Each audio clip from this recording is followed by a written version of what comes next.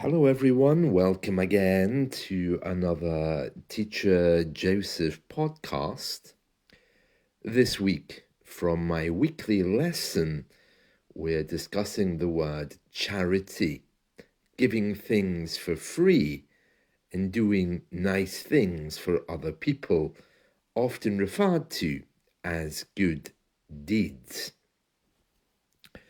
Today, I want to bring your attention to a phrasal verb which is called dish out. When you dish something out, you basically give something for free. It's a way of referring to something which doesn't cost anything. The government dished out a bunch of benefits. The man dished out sweets to the children on the street, for example, to dish out. Now, the literal meaning of dish out means to take a dish and put something out for dinner. For example, your mother might dish out dinner. That doesn't sound like an act of charity because generally it's what mothers do.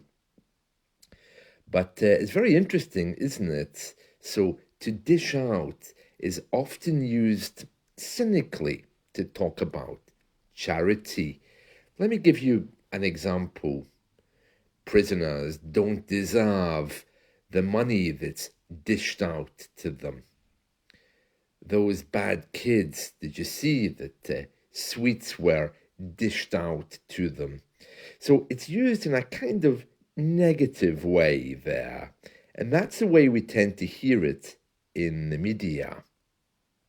However, there is a usage of it today in the media which kind of balances up what I'm just saying.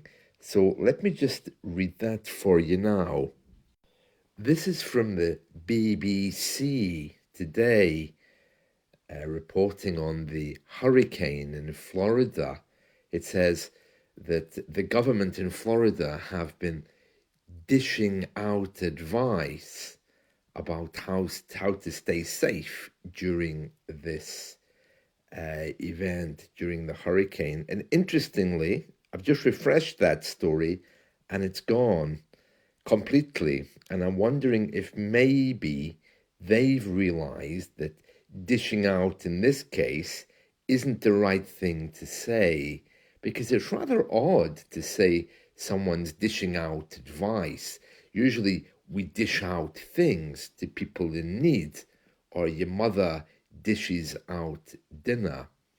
And also because of its negative and cynical associations, such as the men don't deserve those sweets which were dished out to them today.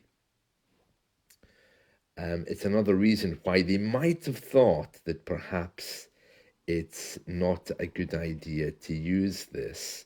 But either way, it seems to have disappeared from the BBC just as I started to read it there. It was on one of their live feeds. Oh, very interesting. Very interesting. So the best way to dish out is to use it to talk about something which is being given free that maybe you think the people aren't entitled to. Now, as well as the phrasal verb to dish out, there's also another phrase which British people use a lot. In times of great calamity, we often say, oh, that doesn't sound friendly. So, for example, there's a huge hurricane, tornado, storm thing sweeping across Miami, and you'll hear British people saying, oh, that doesn't sound friendly. The same with the different wars happening in the world. You might hear British people saying, that doesn't sound very friendly, does it? And you might think, well, of course it doesn't sound friendly. It's a storm, for goodness sake, it's a hurricane, or it's a war. But this is something we say not to cause any problem, but just to create a sense of calm. It's a way of not being overpowered by emotions. We stay very calm and we make comments like, keep calm and carry on, or, oh, that doesn't sound friendly, because we know that if something becomes very emotional, it can become very hysterical very quickly. British people, well, we don't really do very well in a moment of extremity or calamity. In fact, we always are looking for rules about how to behave. Therefore, when something appears to be out of our control, the first thing we do is to try to see how in control the thing is by making comments like, oh, that doesn't sound friendly. I must say I'm very guilty of this as well. In fact, I remember once there was a big protest in London and things were getting out of control.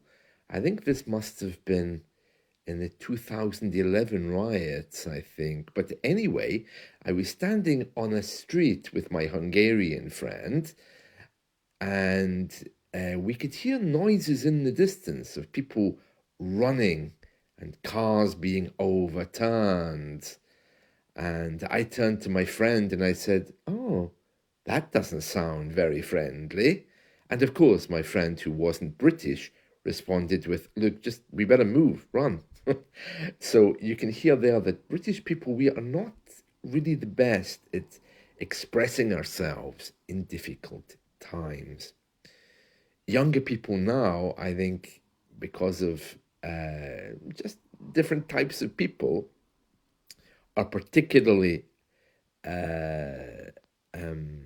not good at this kind of thing.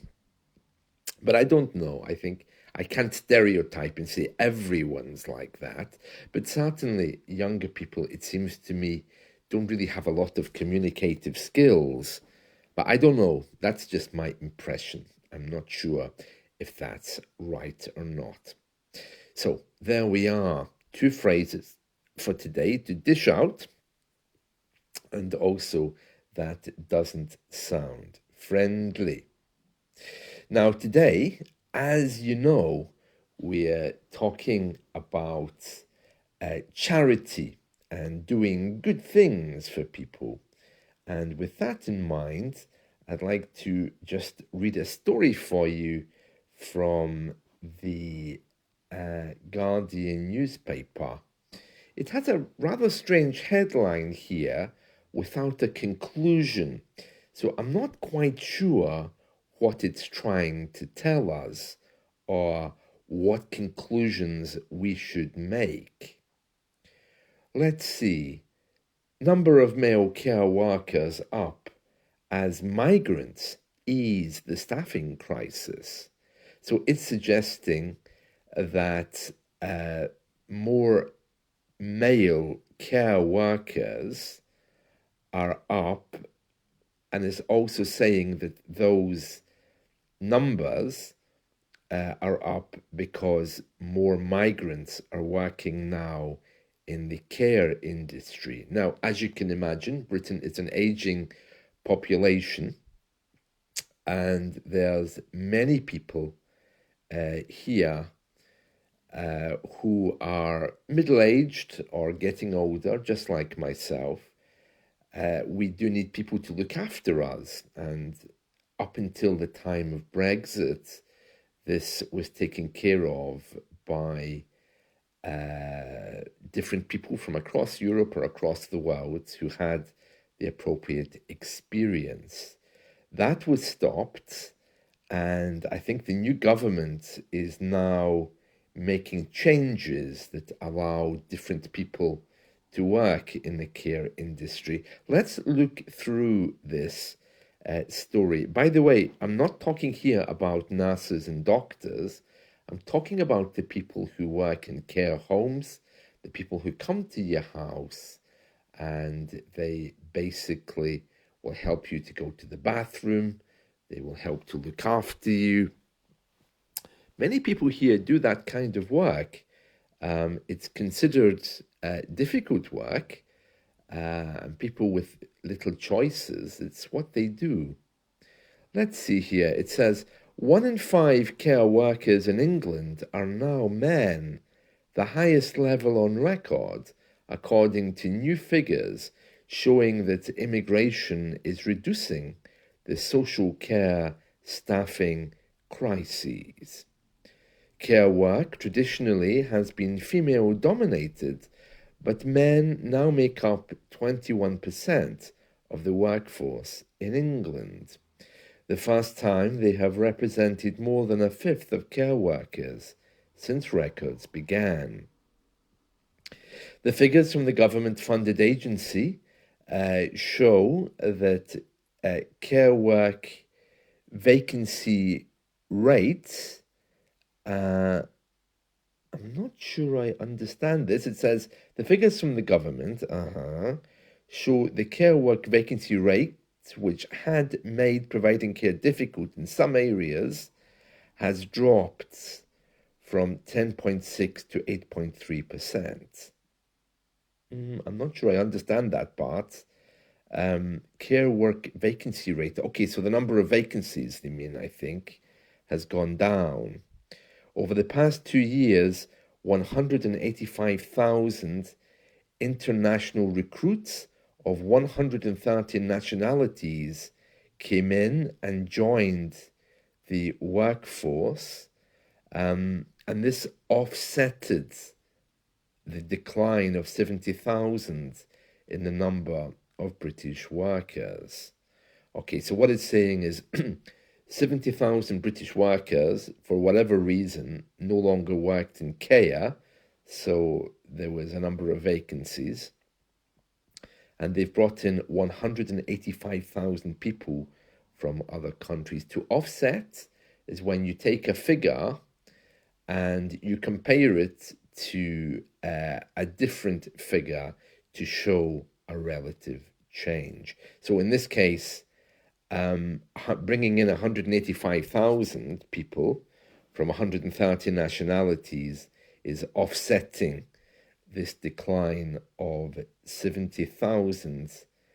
And it says here, thousands of people have come from countries such as Nigeria, India, and Zimbabwe.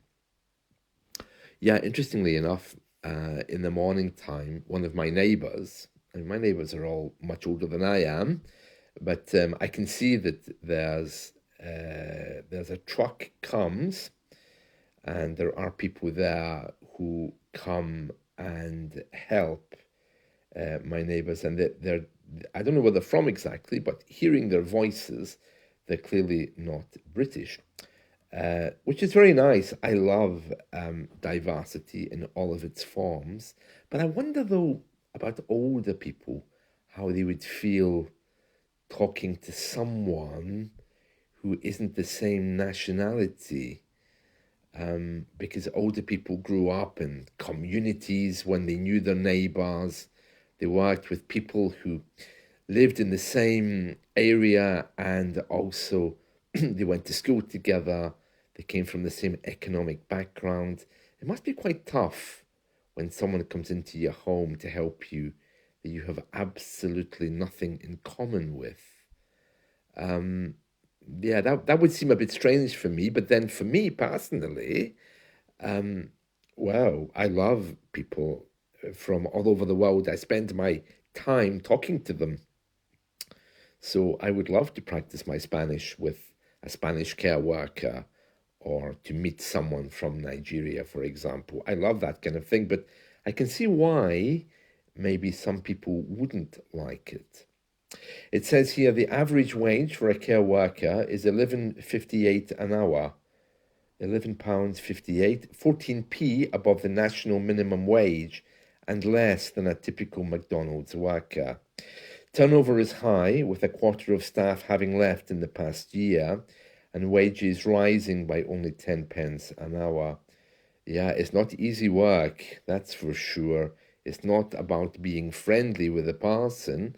It's about getting them showered, getting them dressed, cooking them breakfast, And yeah, I can see why that would be a little bit of a problem for maybe older people who don't know the person who's coming in. I remember my mother had care workers coming in, but they were the children and grandchildren of people that she knew. So there was always a sense of welcome there because it was all about, oh, who's your mother? Who's your father? Oh, I went to school with them. So, yeah, it's very interesting. Very interesting. It says here research has previously shown there are typically more male care workers born overseas than in the UK. In London, nearly half of all care workers come from abroad. Let me read that again. Research has previously shown there are typically more male care workers born overseas than in the UK. In London, nearly half of all care workers come from abroad. Well, I don't know how that fits with the previous sentence that most of them were women, but anyway, it says here in many countries where migrant care workers come from, care work is seen as gender neutral. It's what you do, you look after your parents. Very interesting. Yeah, because of course, in British culture, we don't do that. We're old enough, we move to the city, and our parents and family are kind of left behind. We kind of try to make arrangements for our parents, but when it comes to siblings or brothers and sisters, we really don't care. Let's see, it says here Professor Una Smith, Chief Executive of Skills for Care, said international recruitment had been vital, but we can't count on this continuing as we're starting to see less of it, and the global job market is a competitive one. We need to stem the tide. That means to stop doing something. We need to stem the tide that comes from controlling the sea.